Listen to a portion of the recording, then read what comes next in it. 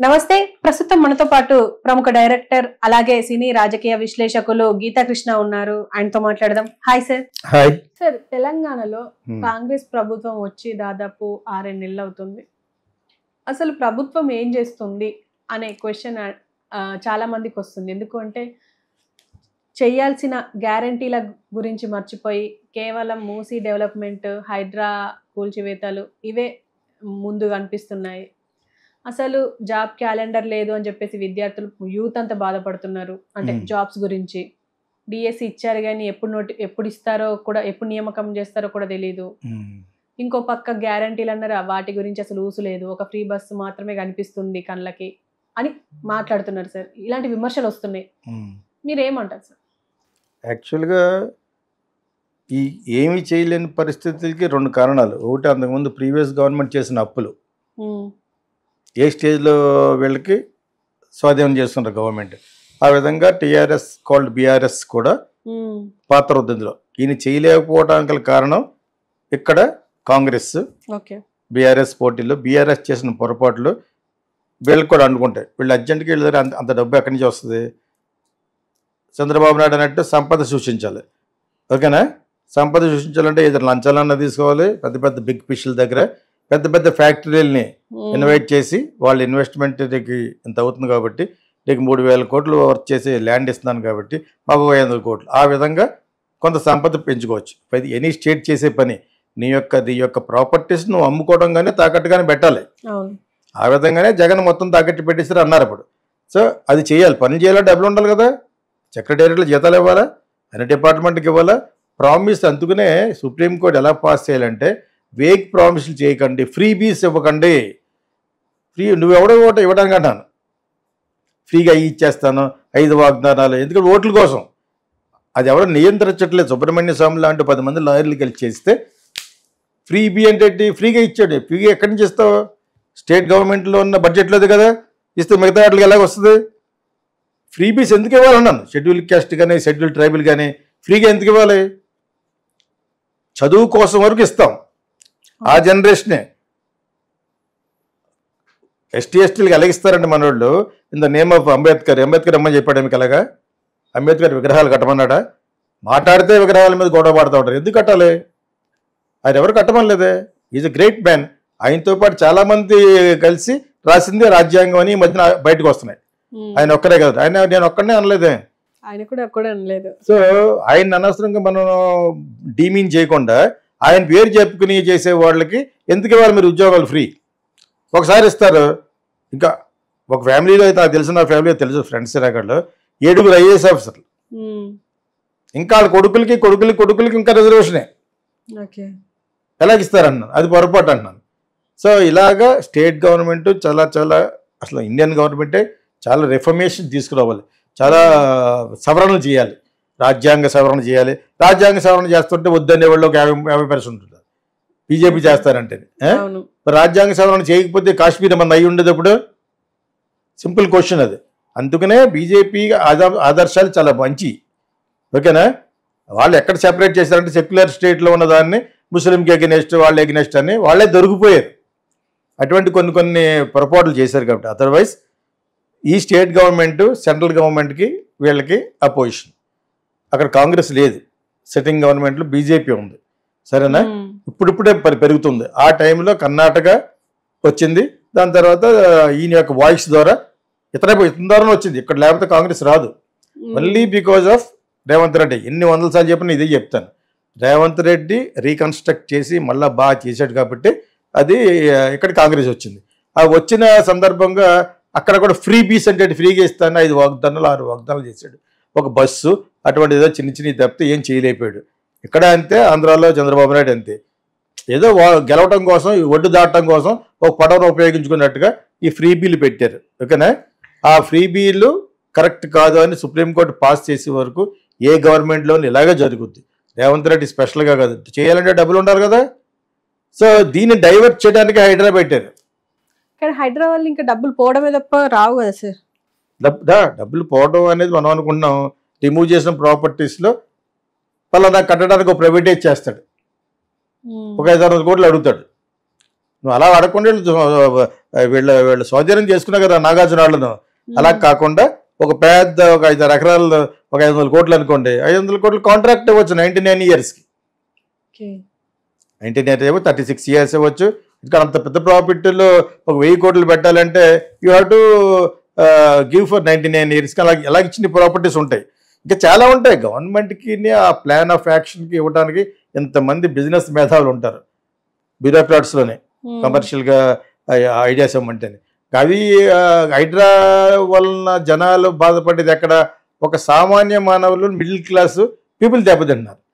వాళ్ళు కష్టపడి ఒక డ్రీమ్ హౌస్లో కట్టుకున్న ఫ్లాట్ కానీ ఇల్లు కానీ వాళ్ళు దెబ్బేస్తారు. అది ఒక్కటి తప్పితే హైడ్రా ఇస్ గుడ్. హైడ్రా ఇప్పుడు ఈ సందర్భంలో గుడ్ ఎందుకన్నామంటే సిటీ బాగుపడుతుంది. లేకపోతే మీరు వర్షం ఒక చుక్క కురిస్తే రోడ్లోకి వచ్చేస్తుంది, షీట్ల మీద వచ్చేస్తుంది. ఇన్ఫ్రాస్ట్రక్చర్ పాడైపోయింది. ఎందుకంటే మిగతా చెరువులన్నీ వాళ్ళు కట్టేశారు కాబట్టి. ఇక్కడ ఉన్న చెరువులు మెడ్రాస్ ఎక్కడ లేవట, హైదరాబాద్లో ఉన్నవి. మరి అటువంటి దాన్ని వీళ్ళు ఇంకా మంచిదే. కాకపోతే అది సామాన్యమైనడి యొక్క పొట్ట కొట్టి వాళ్ళ యొక్క ఆర్తనాదాలకి ఇదవుతుందని చెప్పేసి మనం ఇందాక క్వశ్చన్లో చెప్పాం. బట్ హియర్ ప్రభుత్వం ఎటు వెళ్తున్న వాళ్ళను దీన్ని ఆసరాగా తీసుకుని హైడ్రాలో జరిగిన శోకాన్ని ఆధారంగా తీసుకుని బీఆర్ఎస్ మళ్ళీ పుంజుకుంటాం. ప్లస్ ఏమో అక్కడ ఏంటి ఏదో విధంగా బీఆర్ఎస్ నిరికించి బీఆర్ఎస్తో కొలైడ్ అయ్యి దట్ ఈస్ కొయిలేషన్ అయ్యి బీజేపీ కూడా ఫార్మ్ చేయొచ్చు. దాని గురించే కదా కవిత ట్రీట్మెంట్ ఇచ్చారు, జైలు ట్రీట్మెంట్ ఇచ్చారా? దాంతో సగం అయిపోయారు.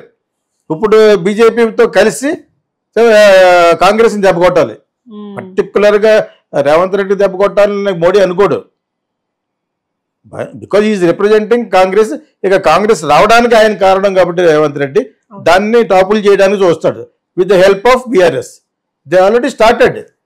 నువ్వు కన్స్ట్రక్ట్ చేస్తున్నావా లేకపోతే పడగొడుతున్నావా, నువ్వు అభివృద్ధి చేస్తున్నావా లేకపోతే ఇలాగ తెలంగాణని దెబ్బేస్తున్నావని హరీష్ రావు ఆల్రెడీ మాట్లాడుతున్నాడు. వాళ్ళు కూడా గుడ్ స్పీకర్సే కదా. అంచేత ప్రస్తుతం గవర్నమెంట్ పొజిషన్ ఏంటంటే కాంగ్రెస్ ఏదో విధంగా ఇక్కడ కర్ణాటకలో పడగొట్టాలి. That is BJP agenda. Tamil Nadu అలాగే చేయలేరు, కేరళ అలాగే చేయలేరు. ఎక్కడ పాసిబిలిటీ ఉంది? With the help of Chandrababu Naidu and Pawan Kalyan at least ఆంధ్రాలో 9 సీట్స్ వచ్చినాయి. అసలు ఆంధ్రాలో బీజేపీ అనేది ఉంటుందని నాకు అసలు తెలీదు, వస్తుందని. మరి వాళ్ళ ప్లాన్ కరెక్ట్, వాళ్ళే కరెక్ట్ మనకంటేనే ప్లాన్ వేశారు. చంద్రబాబు మన పవన్ కళ్యాణ్ పట్టుకున్నారు. పవన్ కళ్యాణ్ అంటే ఏంటి? కాపుల్ కమ్యూనిటీ అంతా పట్టుకున్నట్టు లెక్క. ఒక మీటింగ్కి వెళ్తే 1,00,000 మంది రావడం అనేది ఆ గొప్పతనం ఉన్నా కూడా పవన్ కళ్యాణ్కి. ఇప్పుడు అతను ఎవరిని రిప్రజెంట్ చేస్తున్నాడు? కమ్యూనిటీ రిప్రజెంట్ చేస్తున్నాడు. ఎవరికైతే ఎక్కువ ఓట్లు ఉన్నాయో 37%. ఓకేనా? సో దాంతో కలిసి చంద్రబాబు నాయుడుతో కూడా కలిసి జైల్లో ఉన్నవాడు బయట కూడా పెట్టి జైల్లో పెట్టింది వాళ్ళు. మీకు అర్థమైంది ఇప్పుడు. సో ఈ పాలిటిక్స్లో ఇవన్నీ కూడా సర్వసాధారణం.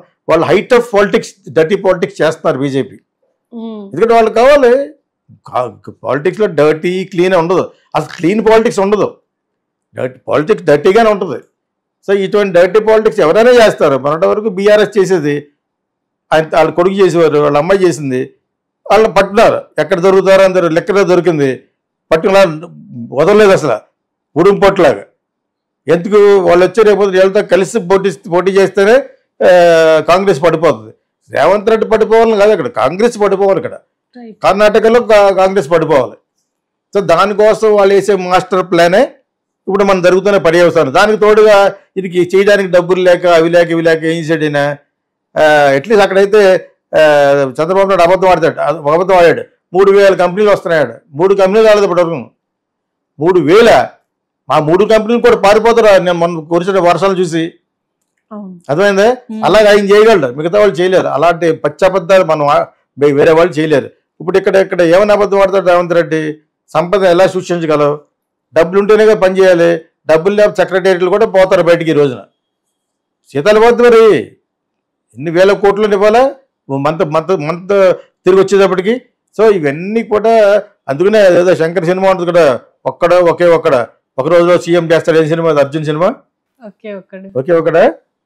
ఒకరోజు సినిమా సీఎం అవుతాడు కదా, ఆ ఒక్కరోజు కూడా చేయలేడు. అంత డిఫికల్ట్ అని. సో ఆ సీఎం పాత్ర అనేది అంత ఈజీ ఏం కాదు.